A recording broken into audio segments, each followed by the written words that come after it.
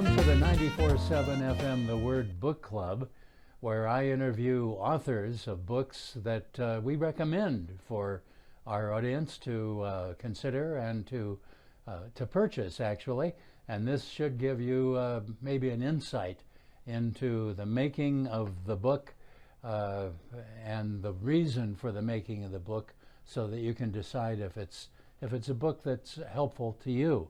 My guests are Ron and Nancy Keller, who are marriage counselors and the authors of the book Marrying Again, 52 Devotions to Prepare Your Heart and Mind for Marriage After Divorce. Ron, Nancy, thank you for being with us today. Thank you for having us on. Thanks for having us, Tom. You're at home in Minneapolis right now. Is that where you are? It is. We are. Okay. Beautiful How's your all day. Yeah, I was going to say, how's your fall? Oh, great. Beautiful. Been 90 degrees here in Minneapolis in October, which is very, very It's unusual. an unusual fall, but it's supposed to turn cold tomorrow, seasonable tomorrow. Well, here in Denver, where I am, it was in the 90s going up till yesterday. So now it's closer to 70, and so we're sending it your way. It's moving our way. Right. It's moving your way. Right. Well, Marrying Again, 52 Devotions to Prepare Your Heart and Mind for Marriage After Divorce, so that we can kind of get a position. I mean, you're marriage counselors, both of you, right? Correct. So we can kind of position the book specifically, and your approach to the book. Why don't you tell us a little bit about yourselves? First of all, begin with you, Ron, and then Nancy with you. So, Tom, I have been, since 1970, I have been doing this kind of work. Started with Young Life, and went from there into counseling and consulting, and was divorced, and then ran into Nancy as I was doing some consulting work for a church. Not literally. I wanted to, but I didn't. So we were both divorced. Neither one of us ever wanted to marry again. I had 3 children. Nancy had 2. And as things went on and we got to know each other better, we realized that God had probably put us together for a reason, and that would be to sort out all this stuff that has to be taken care of if you want to get married. And so that's a long story, and I know you'll probably want to get into other things, but Sure. I have been so grateful to Jesus for what he's done in my life. I've known him since 1970 and have had a great relationship with him thanks to him. And was your divorce before your conversion then? Just curious how that kind of No, I was a believer. at the time of your divorce. Yes. Okay. And Nancy?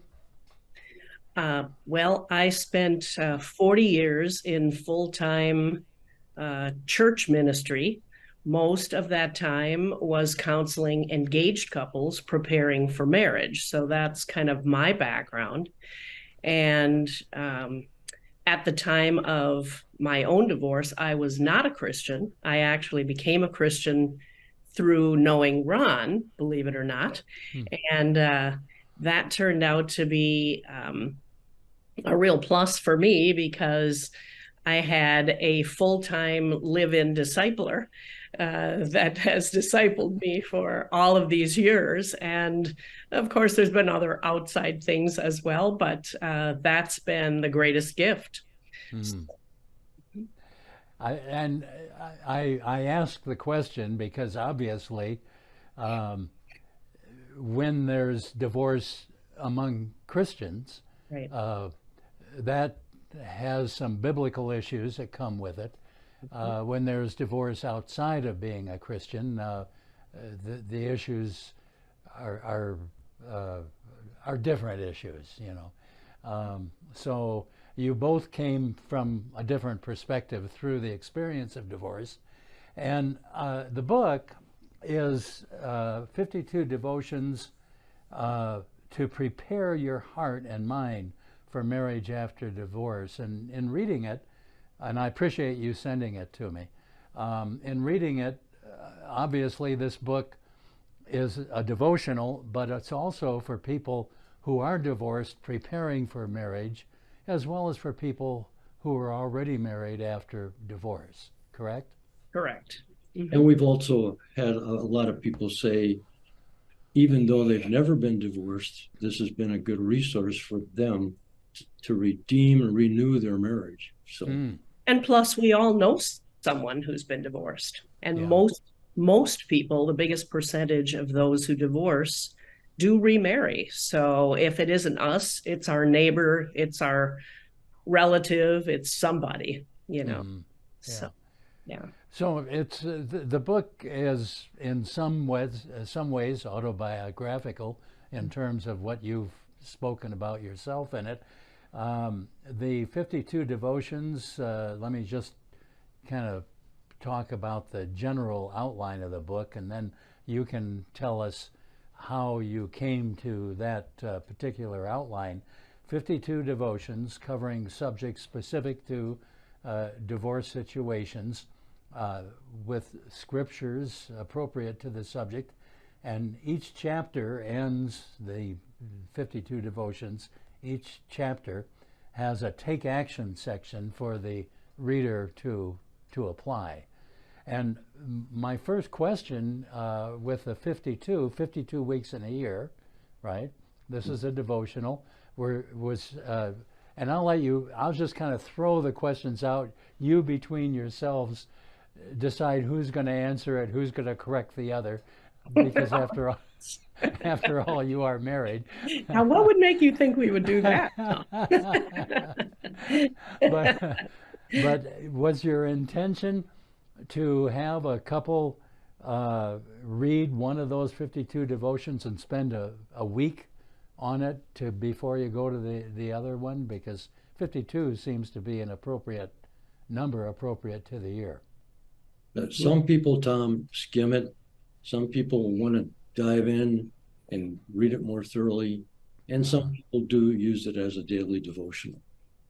We had written this book previously as more of a workbook format some years ago. And we actually used it in seminars for divorced and remarrying or remarried couples. So it was our publicist that actually suggested we do it in this format because we're in a different age now. People are busy. They don't have time. And to be able to have a little deadline at least once a week, I'm going to sit down and I'm going to look at this, seems to work for people. And so we had to work hard to get all of our same information into a format like this, but we actually like it because it's nice to have. Of course, our first version had scriptures all throughout, but it's nice to have a deliberate scripture passage for each topic and prayer and, of course, something to challenge people to do so it makes some sense to them. The book, I think, carries scriptural authority, of course. You have scripture in each one of the chapters. But your backgrounds, your experiences as divorced people, I'm sure, carry with it an authority unique to just discussing the subject, because you've both had to struggle through a lot of the issues that you have in the book. Mm-hmm. Mm-hmm. Yeah, absolutely. We just a little bit of history is when Ron and I realized we were serious, our relationship was serious, we were aware that blending two sets of children and all of that was complicated. So we heard about a seminar at a local church that we went to, and we expected to hear some of the things we thought we were already anticipating. We heard some of those, but many, many more. We were rather overwhelmed, to be honest, about everything we heard from couples who were already in this situation. And we walked out of there realizing, wow, there is a lot more we have to consider here than we thought. And anyway, long story, we ended up staying with that group and being in a support group following and finally leading that support group. And we just realized that there are so many things that people do not anticipate. And knowing a little bit about what you're getting into, what you can expect in terms of feelings, situations, attitudes of children, attitudes of relatives and friends, all of that is so helpful, and it's just so valuable to have ahead of time. You want to add anything to that? Do you have anything to add to that? Yeah, Tom, I think what you were probably approaching was the theology behind divorce. Mm-hmm. And I think anybody who's conscientious, tuned into Jesus, knows that there's a whole lot of shame and guilt that comes with divorce. Mm-hmm. And there's a lot of people who would be quick to make judgments about it. But ultimately, it's us in our relationship with God who gives us that forgiveness that we need, and then shows us in a number of passages that when we are in Christ, there's no condemnation and we can move on. And yes, there are consequences that are always going to be there, but God gives us grace and helps us through them and gives us redemption in a new relationship if we're open to what he's telling us to do. And in fact, you cover what the Bible says along the lines of what you had just stated as one of the devotions. Mm-hmm. Right. Or maybe more, with the implications and so forth. Something that occurred to me as a devotional for two people, a couple, whether they're seeking marriage in the future or currently married. And this occurred to me just in the last month when my wife and I are doing a book together as kind of a discipling book. They had a number of subjects that I thought was really good for us to disciple, and we're fighting over the one book, to read the one book between the two of us and be ready for when we have a date every Thursday. Oh, and so yeah. be ready for our date time, you know. This would be a kind of a book that both people in a couple should have their own copy, it would seem to me. I think it would be nice, and then if before they get together, they could each spend some time on their own, doing some reflecting, doing some prayer, just giving some of the topics some thought before they actually come together would be ideal. There are a lot of people who can just read something and discuss it on the spot, but there are a lot of other people who need some prior quiet time alone before they're ready to say anything. And we know this because we're very different in that way. So yeah, each having their own book would be great for that person who needs that time. Just a little personal experience in my own life. So right. I'm speaking with Ron and Nancy Keller, who are the authors of Marrying Again, 52 Devotions to Prepare Your Heart and Mind for Marriage After Divorce. Ron, give us kind of a picture on how you interacted and what decisions you made to go into you together and the interaction that took place to make the decision what is going into the 52 chapters? Just kind of a behind the scenes. How does a couple decide to write a book? Well, the first edition of this was written in 2002. At that time, Nancy and I were sailors sailing on Lake Superior. We'd take couples out for a weekend and sail on the lake and then talk about stuff. And we learned a lot from the couples as we talked about their marriages, our marriages. And so that book was put together after we pieced one thing after another in times with other couples who are going through the same things and in our counseling.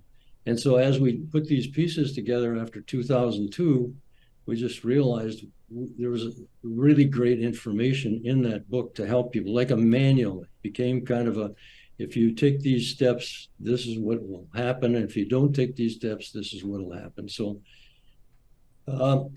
it's kind of like a gold book filled with information. And we're not trying to sell books. As you said earlier, Tom, this is a mission book. We were given the responsibility of putting this together. So now we just wanted to help people because we know how difficult this process is. Now, Nancy, you giggled a little bit when I said, give us a behind the scenes look at how you made decisions about this book. So I am very, very curious what motivated the giggle. Well, thank goodness our publicist finally got involved and put some sort of an order together for us, because it was a real struggle trying to figure out what should come first and what should come next. And so she was very, very helpful to us and kind of gave us an outline in the end because we were kind of struggling. But it is a bit chronological in the sense that we talk about the fact that often people who divorce become very fearful of being alone. And they often jump into relationships way too soon. And that, unfortunately, can affect the success of a second marriage as well. So when I say chronological, there's a lot of things in the beginning of the book that are about making sure that we have healed and have put closure to what happened in our first marriage. Statistics do tell us, interestingly enough, that statistics change a little bit about percentage of people who are divorced. But one thing that seems pretty clear is it seems to be as many Christian people and church-going people as people who are not church-going people. So, so I think, especially for those of us who are believers, there is, as Ron said earlier, there's a lot of shame. There's a lot of disbelief. I never expected this was ever going to happen to me. There's a lot of judgment, a lot of difficulties with family and friends when you come from a religious family, for sure. And a lot of that just takes time to work through before we really are in a healthy position to move forward in a new relationship. And that's what the first part of the book really covers, a lot of that kind of stuff. And then later we get into the meat and potatoes of, once you're married and dealing with former spouses and children and finances and all of that kind of thing. So the first part, I think, is so, so important for people. I flagged a number of devotions that intrigued me. One was predictable issues. I'm sure there are predictable issues unique to divorce and remarriage as opposed to a first marriage. If you would talk a little bit about predictable issues. And the other, pardon me, was competing loyalties. Just my wife and I have been married for 57 years. Wow. We have competing loyalties after 57 years and over 50 years of knowing the Lord. if there's any deterrent for me to divorce, is I can't stand another competition going on. You know? So, but I'm sure, I joke, but I'm sure there are monumental issues regarding competing loyalties. And the other that interested me was between two households. Again, so unique to what your subject is. I'd like to comment, Tom, on that one about the two households.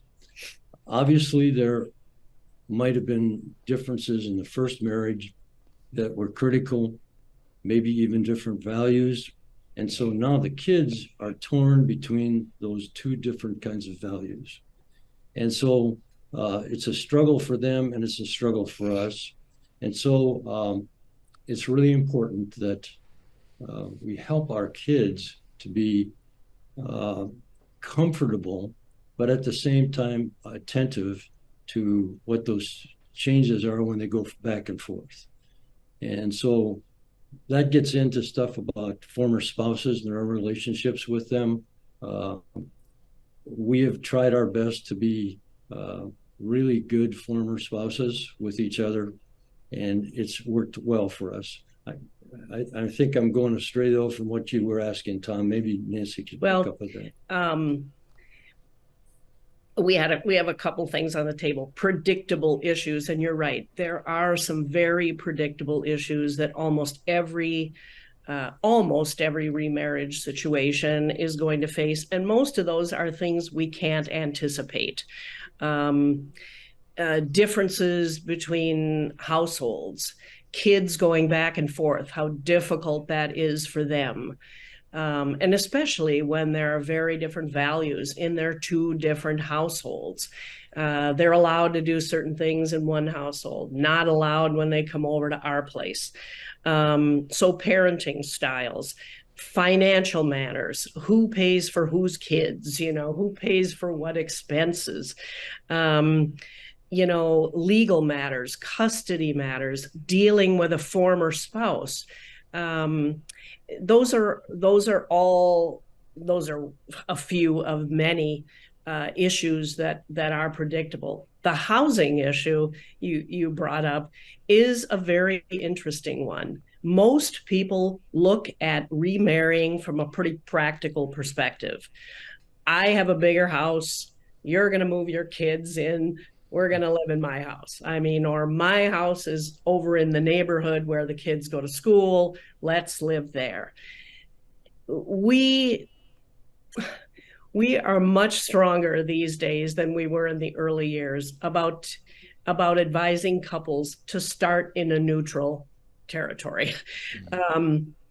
There is nothing worse than Ron's kids trying to move into my house where I raised my kids and lived with another person, and those children trying to figure out how they have a place here, how it's going to be their home. And then the children who did live there, my children, what are you kids doing here in our house and using our stuff? And it just becomes incredibly complicated. So in our own situation, to use ourselves as an example, we must have heard enough advice about this that we did decide to start in a neutral territory. We bought a little house. We had these 5 kids. We had very little money in those days and in these days. But we carved out a space in this little tiny house for each of our 5 kids, not necessarily their own room, but at least their own corner of a room or something, and really talk to them about respecting each other's spaces and each other's things and that kind of thing. And I think it made such a difference. We've heard couples say, well, we're going to move into his house, but he's going to let me remodel it however I want. So it'll feel like ours. It never feels like ours. Yeah, It just comes down to that. I can see that. Yeah. Yeah. Yeah. Yeah. Ron, do you want to add anything? I think one of the things that becomes kind of a surprise to people who want to remarry is that they're not attentive enough to what's happening to their children. Mhm. The children are quiet most of the time, and they have a lot of feelings that they don't know how to express. And so the parents just need to be attentive and help them to express them, because if they don't, kids can really suffer a lot unnecessarily. So one thing that is going to be predictable is that they're going to have struggles. And so we need to be there helping them through them. And I The think one of children. the struggles kids have goes back to that loyalty issues, you know? I mean, Yeah. you might really, really, as a child, you might really, really love this new person in your parents' life. But when they decide they're going to marry them, suddenly children are really caught between their care for the new person and how that might make them feel disloyal to their other spouse. And that becomes a real struggle for them all the way along the way. Even friends and family struggle with loyalty issues. I mean, they may have loved both of these two people and now they're divorced. Where do you throw your loyalties? And, you know, so those are just a couple of the loyalty issues that people do struggle with. The book is Marrying Again, and after this video, you'll have an opportunity, if you desire, to purchase this book, or maybe 2 copies of the book for you and your prospective spouse, or you and your spouse. 52 devotions to prepare your heart and mind for marriage after divorce. I'm sure we could just go on with all sorts of other insights that you guys have about marriage and remarriage and divorce. And I would love to do that maybe one day when we don't have a time situation. But in closing, Ron, you first, and then Nancy, you can correct anything that Ron said, and then you second. If there's any, see, you can tell I've been married for a long time. Yes, we can tell. Is there anything that you want to add, each of you, about the book that we really didn't cover that we should know, or just anything in general that we should know? Ron? Well, what we know, Tom, is that there definitely is hope in remarriage. We go back to that passage about from ashes to beauty. And literally, most of the people we've worked with who have been divorced, it has been very devastating for them. And so to find joy again and love and peace and intimacy in a healthy way, that's been a gift from God to us. And it's a gift from God to everybody who's willing to do the work that's necessary, as Nancy was making reference to earlier, about good preparation for that remarriage. Nancy? I think if there's one thing I'd like to emphasize is that we strongly believe marriage is still God's plan, and it's still a great gift. And even in a second marriage, with all the complicated issues that come along with it, we have a section in the book that talks about the marriage, the couple relationship, and that still has to be primary. And that becomes much more difficult to achieve in a second marriage than in a first marriage. You kind of hit the ground running, as it were. You've already got children. You already feel guilty about putting them through a divorce. You have a myriad of feelings. So your own couple relationship can very easily get lost in the shuffle. And it has to be the primary thing, just as in a first marriage. We have to work at it. We have to nurture it. We have to do what you and your wife are doing all the way along. We have to keep it strong because the statistics tell us that second marriages tend to end in divorce more often than first. And children need stability. They've been through a divorce once. They don't need it to happen again. And even if you have to set them aside at times for the sake of your own couple relationship, it does provide the security for them that they so desperately need. So I think that's a really important piece. The book is Marrying Again, 52 Devotions to Prepare Your Heart and Mind for Marriage After Divorce. Right. Thank you for being with us. This is the 94.7 FM, The Word Book Club. I'm Tom Moller.